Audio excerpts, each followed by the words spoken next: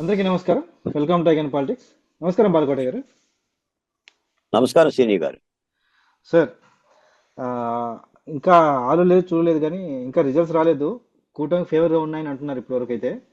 కానీ కూటమి ప్రభుత్వం ఏర్పడితే చంద్రబాబు నాయుడు గారితో అప్పుడే 25 మంది పెద్ద లీడర్లు దాకా ఉమ్. వైసీపీ నుంచి టచ్లో ఉన్నారని చెప్పేసి వినిపిస్తున్న మాట. ఏంటి పరిస్థితి? వస్తే తీసుకునేస్తారా వీళ్ళందరినీ? ఒకవేళ ఘన విజయం సాధించింది అనుకోండి కూటమి, అయినా కూడా ఉమ్. వీళ్ళని తీసుకుంటారా?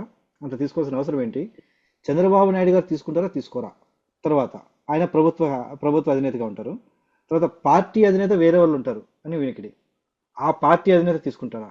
ఏంటి దీన్ని ఎలా సమర్థించవచ్చా, సమర్థించకూడదా? మీ విశ్లేషణ చెప్పండి సార్ దీని మీద.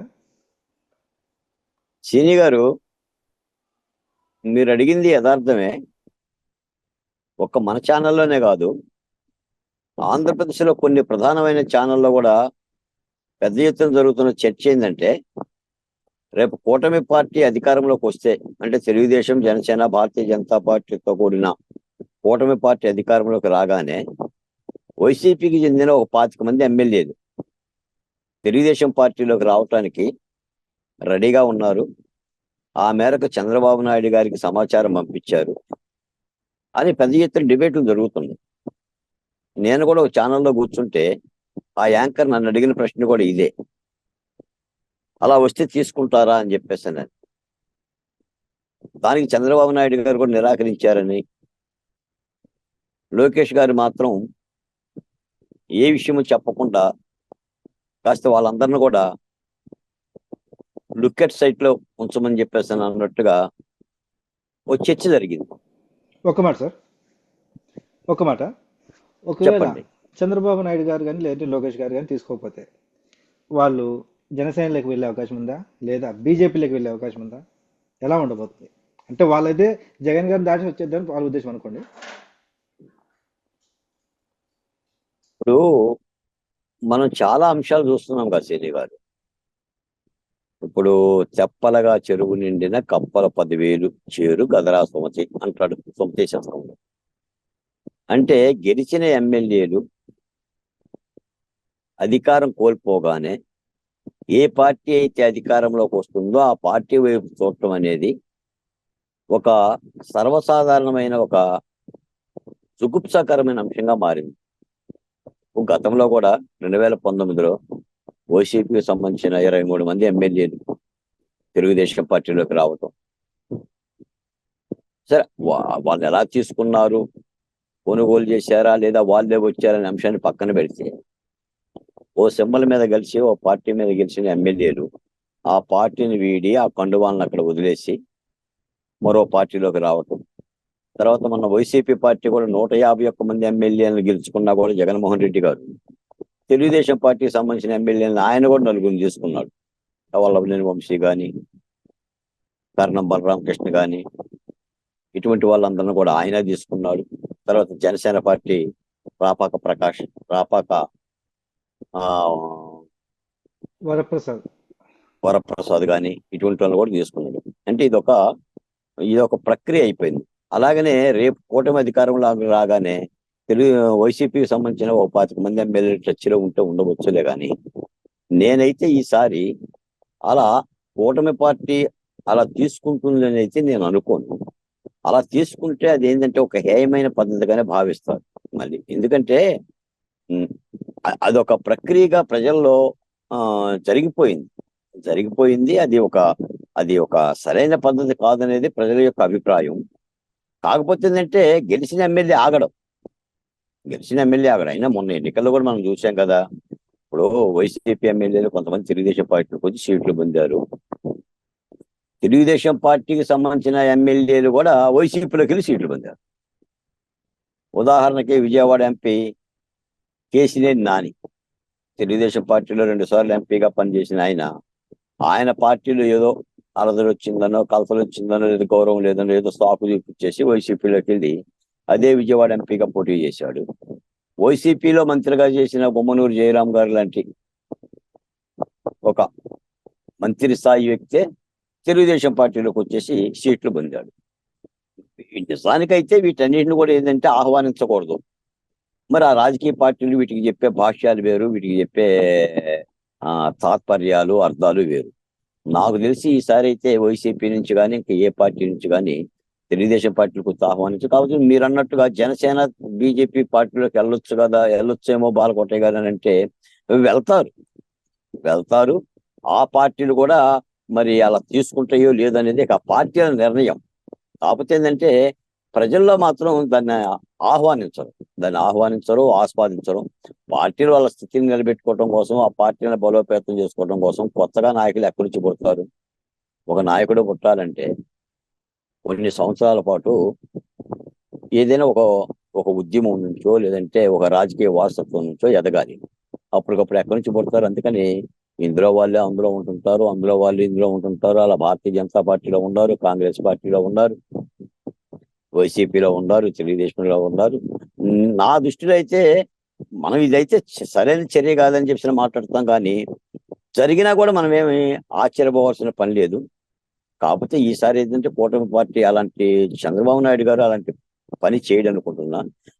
నేను అనేది ఏంటంటే ఇప్పుడు కూటమి అధికారంలో రాగానే ఈ 5 ఏళ్లుగా పడ్డ ఆంధ్రప్రదేశ్ యొక్క బాధల గురించి కానీ, వ్యతల గురించి కానీ, అభివృద్ధి గురించి కానీ ఎలాంటి నిర్ణయాలు చేయాలి, ఎలా కొంగొత్త నిర్ణయాలు చేయాలి, పరిపాలన ఎలా గాడిలో పెట్టాలి. అసలే అప్పుల పాలైన రాష్ట్రం. ఈ రోజున సూపర్ 6 మేనిఫెస్టో ఉంది, చంద్రబాబు నాయుడు గారు ఇచ్చిన మేనిఫెస్టో. ఆ మేనిఫెస్టో కూడా అమలు చేయటం కూడా చాలా నిధులతో కూడుకున్న, ఖర్చుతో కూడుకున్న వ్యవహారం. వాటిని ఎలా ఫుల్ఫిల్ చేయాలి, ఆ చేసిన భాషలకు ఎలా ఇవ్వాలి. తర్వాత నాలాంటి వాళ్ళ మాట్లాడుతున్నాం 5 ఏళ్ళు ఆంధ్ర రాష్ట్రంలో చాలా విధ్వంసం జరిగిందని. మీకు తెలుసో లేదో శ్రీని గారు, మీకు భూ ఆక్రమణలో అసైన్మెంట్ ల్యాండ్స్ లేదా భూగర్భ ఖనిజాలు, ఇసుక, మద్యము ఇవన్నీ కూడా చాలా పెద్ద ఎత్తున దోపిడీ జరిగినాయి. ఇప్పుడు కూడా వార్తలు వస్తూనే ఉన్నాయి. ఎన్నికలు జరిగిన తర్వాత కూడా విశాఖపట్నంలో సిఎస్ గారి ఆధ్వర్యంలోనే ఆయన కుమారుడు దాదాపు 800 ఎకరాలు అసైన్మెంట్ ల్యాండ్స్ కబ్జా చేశారని బహిరంగంగా ఆరోపణలు చేస్తున్నారు. దాని విలువ దాదాపు 2,000 కోట్ల రూపాయలు ఉంటుందని చెప్పి అంటున్నారు. పైపెచ్చు ఏంటంటే ఆంధ్ర రాష్ట్రంలో చాలా కంపెనీల పేరు మీద, సజ్జల పేరు మీద వేల ఎకరాలు ఇచ్చారండి. రాజశేఖర రెడ్డి గారి హయాం దగ్గర నుంచి ఇప్పుడు జగన్మోహన్ రెడ్డి గారి హయాం వరకు వేల ఎకరాలు దారాదత్తం చేశారు. చాలా సజ్జలు కూడా అసలు భూములు తీసుకునేది తప్ప తక్కువ ధరకే, వాళ్ళు ఏ పరిశ్రమలు కూడా పెట్టాలా. వీటన్నిటి మీద కూడా సమీక్ష చేసి లేదా పరిపాలన మీద సమీక్ష చేసి ఈ ఈ విధమైన ఒక కొత్త పద్ధతిలో ముఖ్యమంత్రి చంద్రబాబు నాయుడు గారు చర్యలు తీసుకోవాలి తప్ప ఆయన వస్తాడా ఏం వస్తాడని కాదు. తర్వాత ఇంకో మాట కూడా వినిపిస్తుంది, చాలా మంది అంటున్నారు ఎన్డీఏ కన్వీనర్ గా చంద్రబాబు నాయుడు గారు, కో కన్వీనర్ గా నితీష్ కుమారు, తెలుగుదేశం పార్టీ అధ్యక్షులుగా నారా లోకేష్ గారు నియమిస్తారు అని చెప్పేసానండి. ఇవన్నీ పార్టీ పందారాలు, ఈ పార్టీ పదవులను అయితే ప్రజలైతే అటువైపు చూడరు సార్. ప్రజలకు కావాల్సింది ఎన్డీఏ కన్వీనర్ గా 2014లో కూడా చంద్రబాబు నాయుడు గారు ఉన్నారు. ఏం ఊరిగింది సార్, 20 సార్లు ఢిల్లీకి వెళ్ళినా మోడీ గారు అపాయింట్మెంట్ దొరికేది కాదు. దానికి పెద్ద మళ్ళీ అదే వార్తలు వస్తున్నాయి. మళ్ళీ ఎన్డీఏ కన్వీనర్ గా చంద్రబాబు నాయుడు గారు వెళ్ళే అవకాశం ఉందని అదే వార్తలు వస్తున్నాయి. కో కన్వీనర్ గా నితీష్ కుమార్ ఉంటారని. కాకపోతే ప్రజలకు కావాల్సింది ఏంటంటే మీరు ఏ పదవిలో ఉన్నారని కాదు సార్.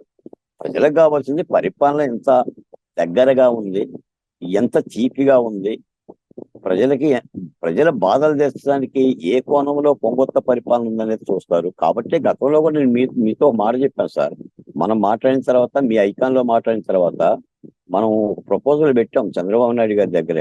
5 ఏళ్ల విధ్వంసం మీద ఆంధ్రప్రదేశ్ లో ప్రత్యేకమైన మంత్రిత్వ శాఖను పెట్టి ఆ శాఖ పరిధిలో ఈ విధ్వంసాలు గాని, అరాచకాలు గాని, హననాలు గాని, కేసులు గాని, దాడులు గాని, శిరోమండలాలు గాని, మూత్ర విసర్జనలు గాని, దాదాపు 29,000 మంది మహిళల యొక్క మిస్సింగ్ కేసులు కానీ, లేదా జర్నలిస్ట్ అంకబాబు, లేదా రంగనాయకమ్మ, లేదా వివిధ ఛానళ్ళకు సంబంధించిన వాళ్ళు అక్రమంగా పెట్టిన కేసులు, సెక్షన్ 3ని కూడా కక్ష కొద్దీ పెట్టిన కేసులు మొత్తం కూడా సమీక్షించి ఒక ఫ్యాక్ట్ ఫైండింగ్ కమిటీ వేసి విచారణ సంస్థల ద్వారా విచారించి ఒక మంత్రిత్వ శాఖ పరిధిలో తీసుకురావాలని మనం డిమాండ్ చేశాం.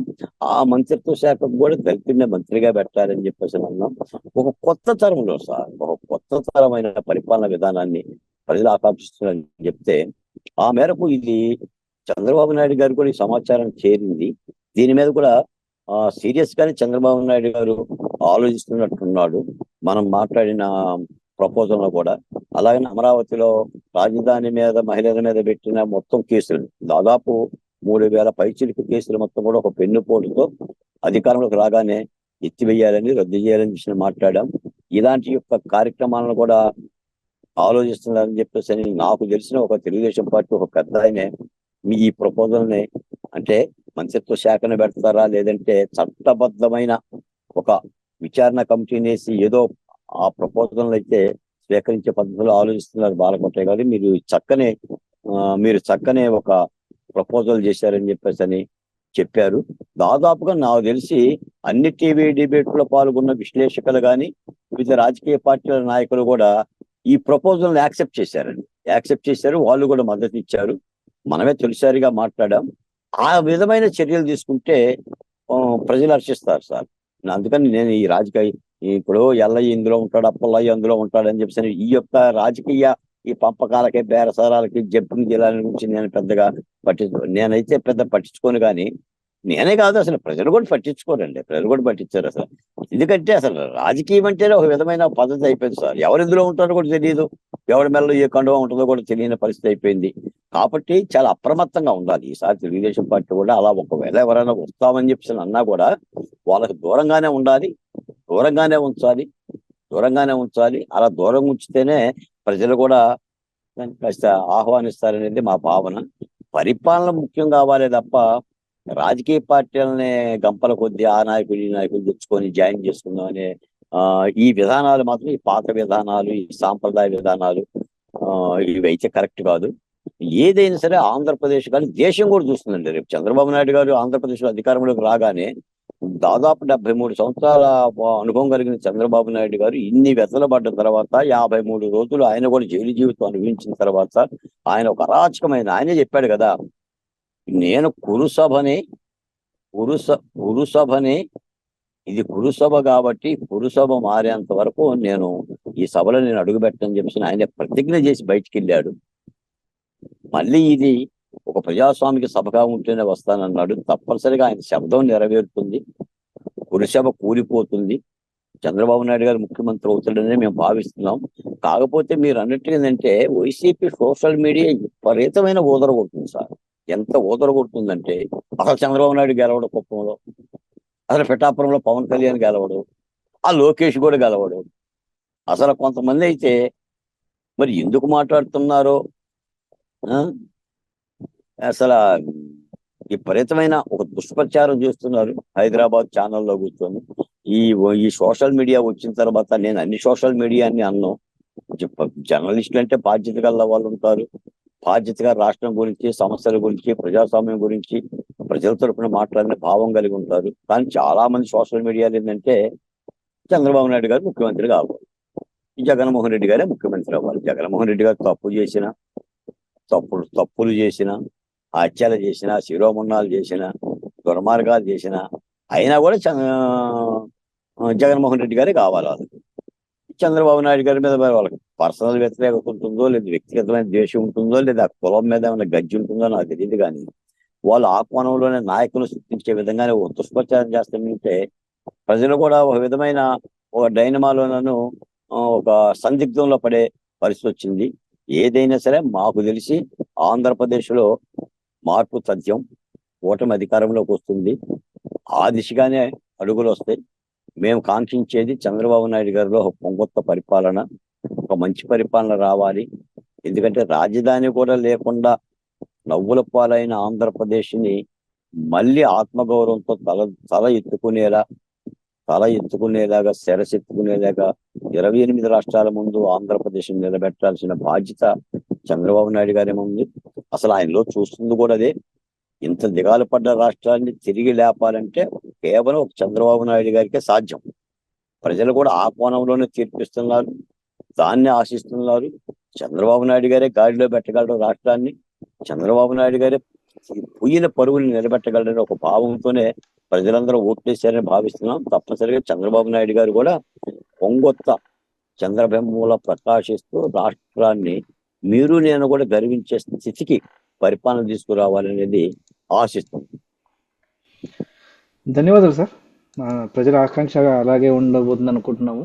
చూద్దాం మరి, అంటే ఓట్లు ఎలా వేస్తారు, అంటే ఓట్లు తీర్పు ఎలా ఉండబోతుంది? మీరు చెప్పినట్టు కన్వీనర్గా చంద్రబాబు నాయుడు గారికి ఇస్తే, అంటే అప్పుడు అంటే 2014లో ఆయన కన్వీనర్గా ఉన్న ఆయనకి పెద్దగా అంటే ఆయనకి పెద్దగా ఏమి చేయడానికి ఆస్కారం ఉన్నట్లేదు. ఈసారి ఏమన్నా ఆయన చక్రం తిప్పే అవకాశం ఉంటే రాష్ట్రానికి ఏమైనా నిధులు సంపాదించి రాష్ట్రానికి రాష్ట్రాన్ని మంచి అభివృద్ధి పథంలో నడిపిస్తారని ఆశిద్దామండి. అలాగే ఈ జంప్ జినానీల్ని ఖచ్చితంగా ఎంకరేజ్ చేయకుండా చక్కని పద్ధతిలో వెళ్తారని ఆశిద్దామండి. ఈ సభని గౌరవ సభగా మారుస్తారని ఆశిద్దాము.